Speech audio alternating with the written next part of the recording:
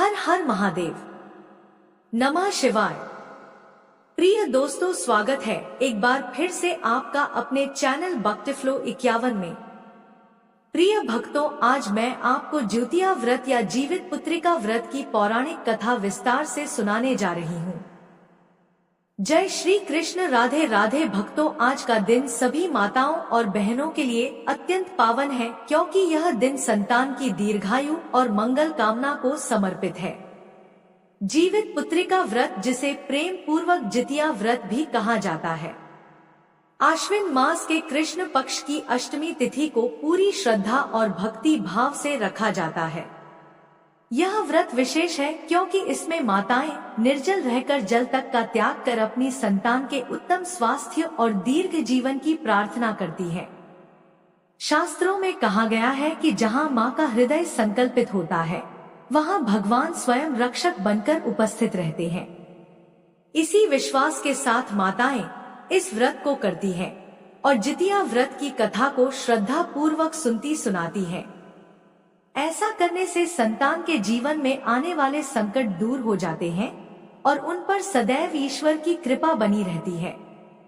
भगवान भोलेनाथ ने भी माता पार्वती को जिया व्रत का महात्म्य सुनाया है और यह बताया है कि यह जिया व्रत क्या है और इसे करने से कौन सा फल प्राप्त होता है। इसे सुनने से ही जिया व्रत पूर्ण होता है और जिया माता प्रसन्न होकर स्त्रियों को सदा पुत्रवती रहने का आशीर्वाद देती है। इसे पूरी श्रद्धा तथा भक्ति भाव से अंत तक अवश्य सुनना। तो आइए अब हम सभी श्रद्धा और विश्वास के साथ श्रवण करते हैं जीवित पुत्रिका व्रत की पौराणिक कथा। एक बार नैमिषारण्य के निवासी ऋषियों ने संसार के कल्याण हेतु सूत जी से पूछा, हे सूत जी, कलिकाल यानी कलयुग में लोगों के बालक किस तरह दीर्घायु होंगे, कृपया बताइए। सूत जी बोले, जब द्वापर का अंत हुआ और कलयुग आरंभ हुआ, उसी समय बहुत सी शोकाकुल स्त्रियां आपस में बैठकर विचार करने लगी कि क्या इस कलिकाल में माता के जीवित रहते भी पुत्र मर जाएंगे।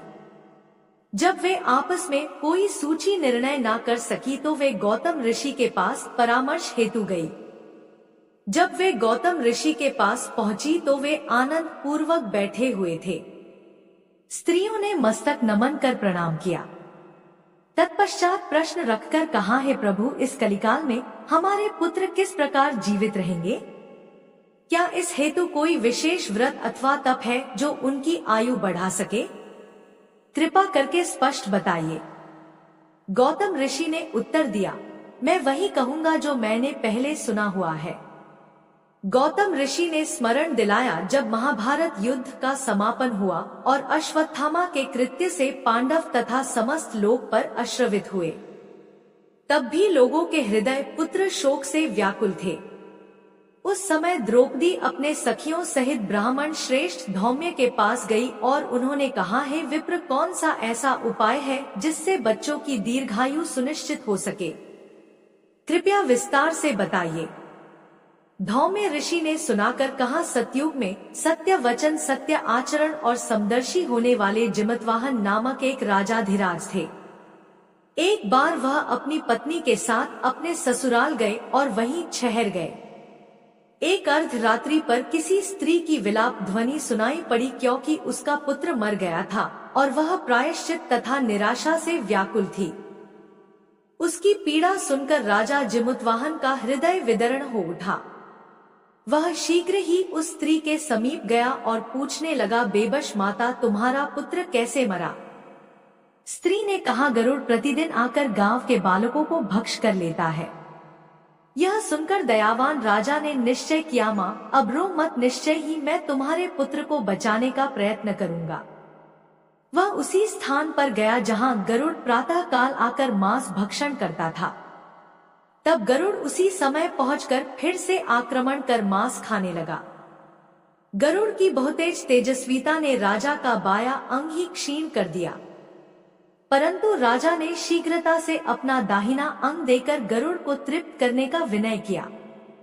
गरुड़ ने आश्चर्य से कहा, तुम मनुष्य ही नहीं दिखते, बताओ किस कुल के हो और तुम्हारा जन्म क्या है? पीड़ा से व्याकुल राष्ट्रपति ने विनय पूर्वक उत्तर दिया, हे पक्षीराज, इस प्रकार के प्रश्न व्यर्थ हैं। तुम अपने अनुसार मेरा मांस ग्रस्त करो।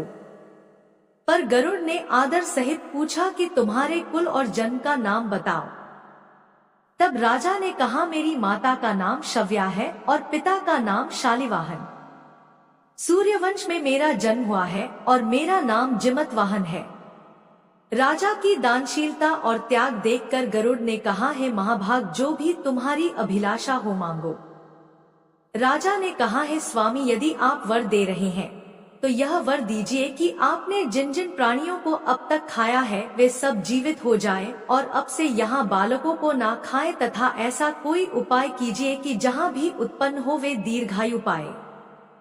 धम ऋषि ने कहा, पक्षीराज गरुड़ ने राजा को वर देकर स्वयं अमृत हेतु नागलोक को प्रस्थान किया। वहां से अमृत लाकर उसने उन मरे हुए मनुष्यों की हड्डियों पर वह अमृत बरसाया।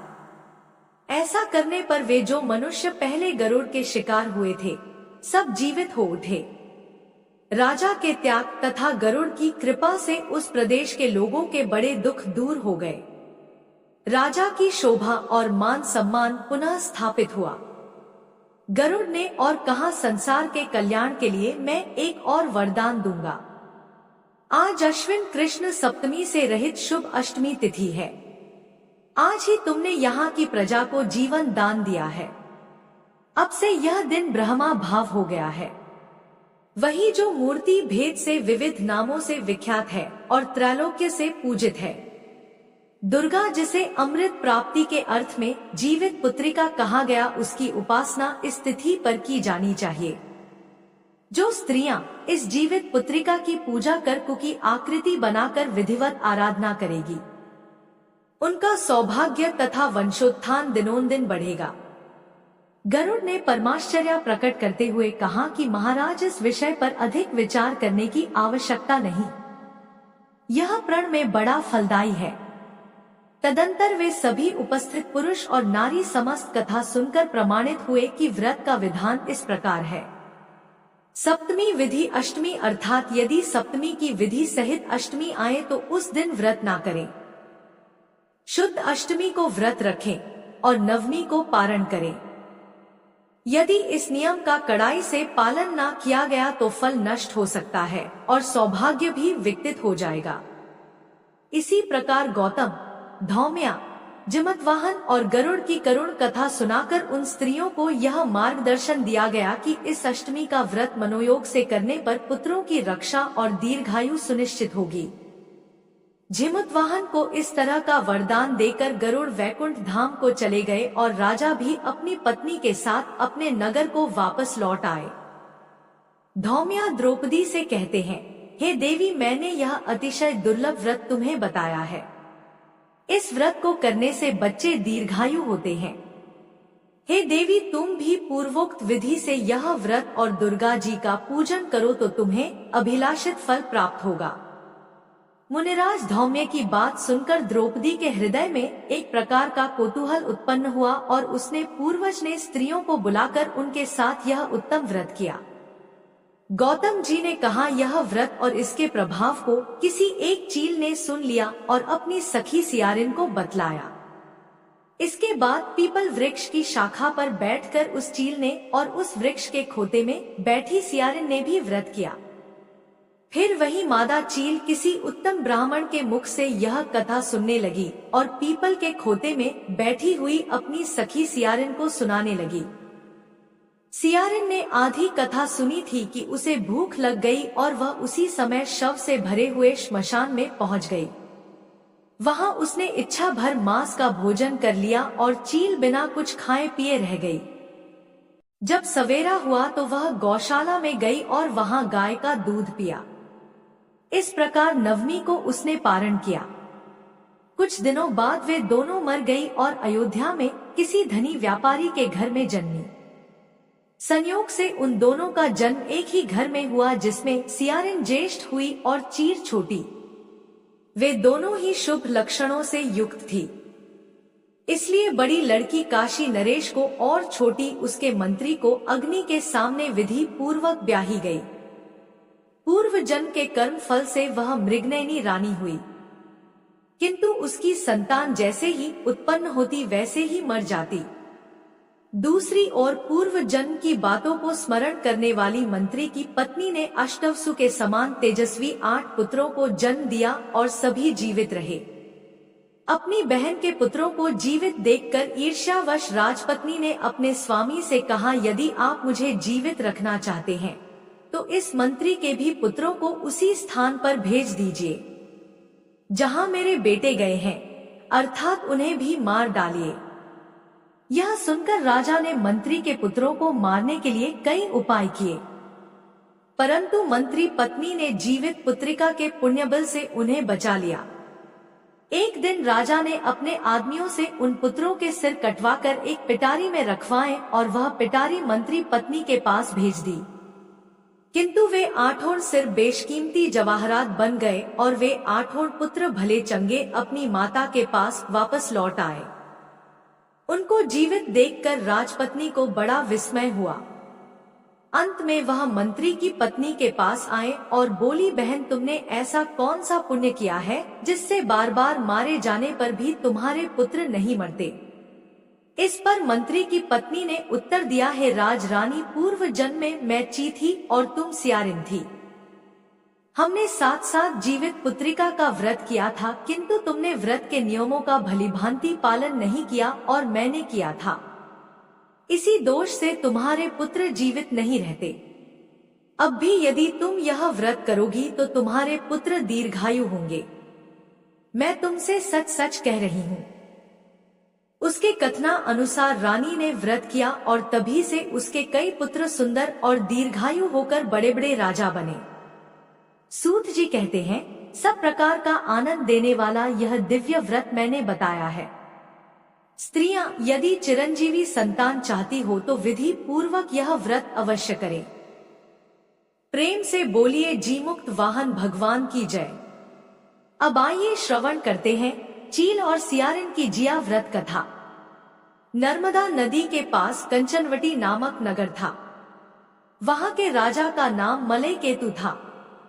उसी नर्मदा नदी के पश्चिम में बालू नाम की मरुभूमि थी, जिसमें एक विशाल वृक्ष पर चील रहती थी और उसी वृक्ष के नीचे एक सियारिन भी निवास करती थी।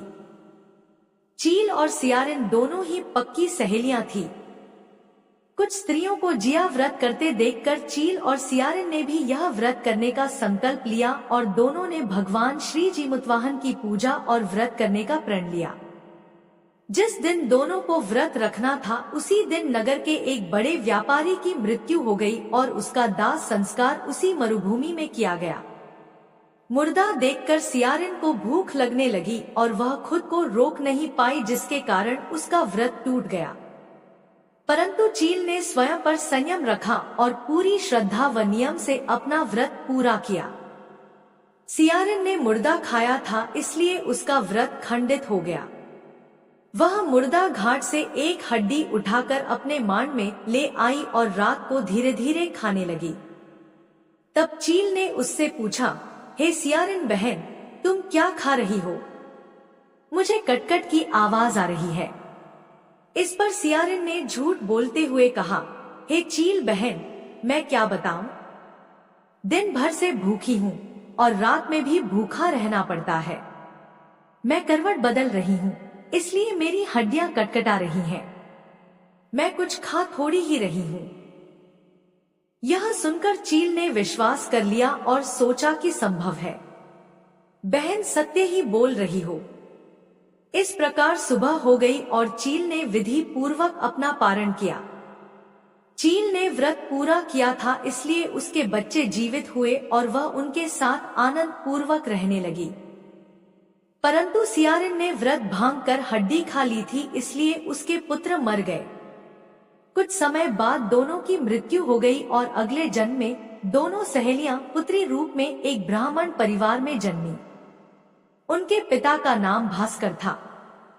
चील बड़ी बहन बनी जिसका नाम शीलावती रखा गया और उसका विवाह बुद्धसेन नामक पुरुष से हुआ। सियारिन छोटी बहन बनी जिसका नाम कपरावती रखा गया और उसका विवाह कंचनवटी नगर के राजा मलय केतु से हुआ। भगवान जीमूत वाहन की कृपा से शीलावती को 7 पुत्र प्राप्त हुए जो बड़े होकर राजा के दरबार में सेवा करने लगे। लेकिन कप्रावती के पुत्र जन्म लेते ही मर जाते थे। जब शीलावती के 7 पुत्र बड़े हुए और दरबार में सम्मानित हुए तब कपूरावती के मन में ईर्ष्या उत्पन्न हुई। उसने राजा से कहकर शीलावती के 7 पुत्रों के सिर कटवा दिए और पिटारी में भरकर उनकी माता को भेज दिया। किंतु भगवान जीमूत वाहन ने मिट्टी से उनके सिर बनाकर उन्हें पुनः जोड़ दिया और उन पर अमृत छिड़क दिया, जिससे 7 भाई जीवित हो उठे और घर लौट आए। जब पिठारी खोली गई तो उसमें फूल निकले। यह देखकर कप्रावती आश्चर्यचकित हो गई और व्याकुल होकर शीलावती के घर पहुंची। वहां 7 पुत्रों को जीवित देखकर वह स्तब्ध रह गई और बेहोश हो गई। होश आने पर उसने अपनी बड़ी बहन से सब कुछ स्वीकार किया।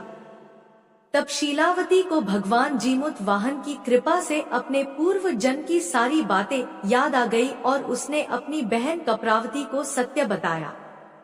यह सुनकर कप्रावती पुनः बेहोश हो गई और मृत्यु को प्राप्त हुई। राजा ने उसकी अंत्येष्टि उसी वृक्ष के नीचे की जहां वे दोनों पूर्व जन्म में रहती थी। शीलावती इस जन्म में भी अपने पुत्रों के साथ सुखपूर्वक जीवन व्यतीत करती रही और वृद्धावस्था में भगवान को प्रिय होकर देह त्यागी। अगले जन्म में सियारिन पुनः जन्मी और उसे अपने पूर्व जन्म की सारी बातें याद थी। उसने भगवान जीमूत वाहन की पूजा की और जिया व्रत किया, जिसके पुण्य फल से उसे पुत्र रत्न प्राप्त हुए और सारे पाप नष्ट हो गए। वह पुत्रवती होकर जीवन भर आनंद से रही। प्रेम से बोलिए जय जीमूत वाहन भगवान की जय। जय हो जिया माई की।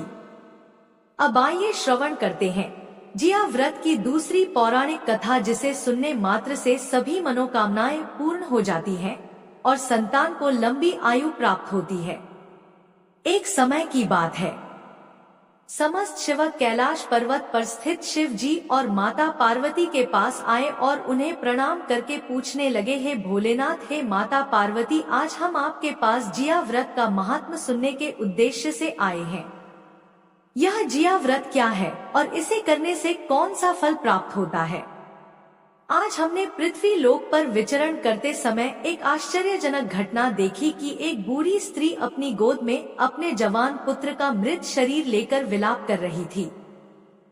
तभी उसने जिया माँ को सौगंध दी कि अगर उसने सच्चे मन से जिया का व्रत किया है तो उसका पुत्र जीवित हो जाए। हे भोलेनाथ, हे माता पार्वती, तभी हमने देखा कि आश्चर्यजनक रूप से उस बूढ़ी स्त्री का पुत्र जीवित हो उठा और वहां उपस्थित सभी लोग जिया माता की जय जयकार करने लगे। शिव जी ने कहा, है मेरे प्रिय गणों, आज तुम सब ने संसार के कल्याण के उद्देश्य से जिया व्रत के उत्तम महात्म को सुनने की इच्छा प्रकट की है। इस महात्म को सुनने मात्र से लोगों के संपूर्ण पाप भस्म हो जाते हैं। इस व्रत को सुनने वाला कभी दरिद्र नहीं होता। इसे सुनने से ही जिया व्रत पूर्ण होता है और जिया माता प्रसन्न होकर स्त्रियों को सदा पुत्रवती रहने का आशीर्वाद देती हैं। तो आज मैं तुम्हें जितिया व्रत की उत्तम कथा सुनाने जा रहा हूँ। इसे पूरी श्रद्धा तथा भक्ति भाव से अवश्य सुनना। तब समस्त शिवक शिव पार्वती जी के संवाद को सुनने लगे। प्रेम से बोलिए जीमूत वाहन भगवान की जय, जिया माई की जय। 2 बहनें थी, एक का नाम मंगला और दूसरी का नाम सुमंगला था। दोनों का भाग्य अलग अलग था। मंगला गरीब और बहुत दुखी रहती थी, जबकि सुमंगला अमीर थी और हमेशा सुखी रहती थी। दोनों एक ही गांव में रहती थी। मंगला सुमंगला के घर में काम करती थी, सफाई करती, खाना बनाती और जो बचा कुचा खाना होता वही उसे मिल जाता। उसी से उसका घर चलता। समय बीतता गया। दोनों के बच्चे हुए। मंगला को 2 पुत्र और सुमंगला को भी 2 पुत्र हुए। जब जितिया का व्रत आया तो दोनों बहनों ने मिलकर व्रत रखा। व्रत के दिन मंगला ने सुमंगला के घर चावल फटके। उसने चावल का जो कूड़ा खुर्दा निकला वही अपने लिए रख लिया और अच्छे चावल सुमंगला को दे दिए। फिर मंगला ने साग चुना, बढ़िया पत्तियां सुमंगला के लिए रखी और डंठल अपने लिए ले आई। उसने सुमंगला के घर में खाना पकाया और बचा हुआ खुर्दा चावल व डंठल घर ले जाकर बच्चों को खिलाया और खुद भी खाए। रात को आधी रात में एक बूढ़ी अम्मा उसके घर आई और दरवाजा खटखटाया। मंगला ने दरवाजा खोला और पूछा, अम्मा आप कौन है और इतनी रात में किस लिए आई हैं? बुढ़िया बोली, बेटा मुझे बहुत भूख लगी है, कुछ खाने को दे दो। मंगला बोली, हम बहुत गरीब हैं, आज मैंने खुर्दी का चावल और डंठल का साग बनाया है, क्या आप खाएंगी? बुढ़िया बोली, हाँ क्यों नहीं, मुझे जो भी दोगी मैं खा लूंगी। मंगला ने वही खाना उन्हें परोस दिया। भोजन के बाद बूढ़ी अम्मा बोली, मुझे रात के अंधेरे में दिखाई नहीं देता, मैं घर कैसे जाऊंगी? मंगला बोली, कोई बात नहीं, आप यहीं सो जाइए, सुबह चली जाएगा। थोड़ी देर बाद बूढ़ी अम्मा बोली, बेटा मुझे दीर्घ शंका लगी है, कहाँ करूं? मंगला बोली, मेरे घर में बाथरूम नहीं है, आप कोने में कर लीजिए। बूढ़ी अम्मा ने पूछा, भर भर करूं या छर छर? मंगला नींद में थी, बोली, भर भर कर दीजिए, मैं सुबह साफ कर दूंगी। फिर बूढ़ी अम्मा बोली, बेटा मैं अपने हाथ कहाँ साफ करूं? मंगला बोली, आप मेरे सिर पर हाथ साफ कर लीजिए। सुबह जब मंगला नदी में स्नान करने गई तो उसके सिर से गिरता पानी सोने का बन गया। सभी महिलाएं यह देखकर चकित रह गई। मंगला जब घर लौटी तो देखा कि उसके घर के कोने कोने में सोना बिखरा है। वह समझ गई कि रात में भगवान जीउत वाहन स्वयं रूप बदलकर उसके घर आए थे और आशीर्वाद दे गए। अब मंगला धनवान हो गई और उसने सुमंगला के घर जाना बंद कर दिया। दूसरे वर्ष जब व्रत आया तो सुमंगला ने भी वही किया। उसने अच्छे चावल फेंक दिए और खुर्दी अपने लिए रख ली, साग की पत्तियां फेंक दी और डंठल रख लिए। रात को उसके घर भी बूढ़ी अम्मा आई और भोजन मांगा। सुमंगला ने खुद ही चावल और डंठल का साग परोस दिया। बूढ़ी अम्मा बोली, मुझे दीर्घ शंका लगी है, कहाँ करूं? सुमंगला बोली, वहीं कोने में कर लीजिए। जब अम्मा ने पूछा, भर भर करूं या छर छर, तो सुमंगला को याद नहीं आया कि मंगला ने क्या कहा था। उसने कह दिया, छर छर कर दीजिए। फिर अम्मा ने पूछा, अपने हाथ कहाँ साफ करूं? सुमंगला बोली, मेरे सिर पर साफ कर लीजिए। सुबह हुई तो सुमंगला का पूरा घर गंदगी से भरा पड़ा था और उसके सिर में भी गंदगी लगी थी। वो दुखी होकर मंगला के पास गई और बोली, तुमने मुझसे झूठ कहा और मेरा घर गंदा करवा दिया। मंगला बोली, तुमने गलती की है, मेरे पास कुछ नहीं था, इसलिए मैंने सच्चे मन से पूजा की और भगवान जीमुत वाहन ने कृपा की। तुम्हारे पास सब कुछ होते हुए भी तुमने लालच किया, इसलिए तुम्हें यह फल मिला। सुमंगला को अपनी गलती का पछतावा और वह रोते हुए अपने घर लौट गई।